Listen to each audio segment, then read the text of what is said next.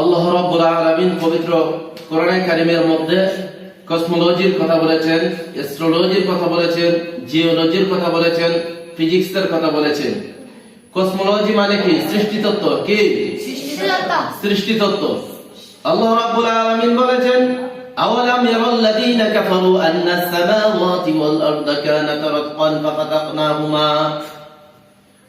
কাফেররা কি দেখে না যে মহাবিশ্বের সবকিছু একসাথে মিলে জিলে ছিল, এটার ঘনত্ব ছিল খুব কাছাকাছি।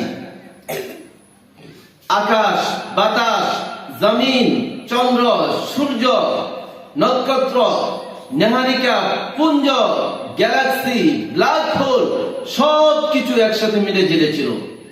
এটার ঘনত্ব ছিল খুব কাছাকাছি।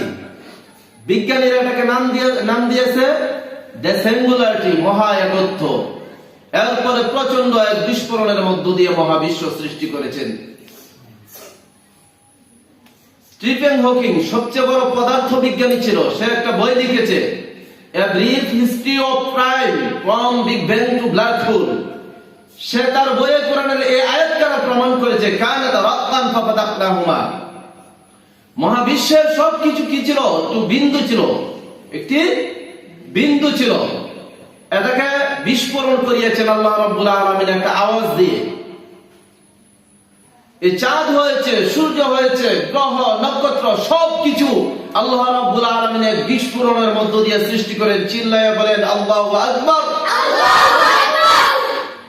এই যে ছোট্ট পৃথিবীতে আমরা বসে আছি, এই পৃথিবীর চাইতে সূর্য 13 লক্ষ গুণ বড়। কল্পনা করা যায়? এটা কি বাড়ির কাছের কথা? এই পৃথিবীর চাইতে সূর্য 13 লক্ষ গুণ বড়। তার মানে কি সূর্য কি সবচাইতে বড়?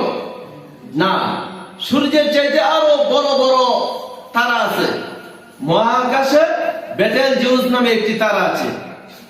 সূর্য পৃথিবীর চাইতে 13 লক্ষ গুণ বড়, আর এই তারাটা সূর্যের চাইতে 33 কোটি গুণ বড়।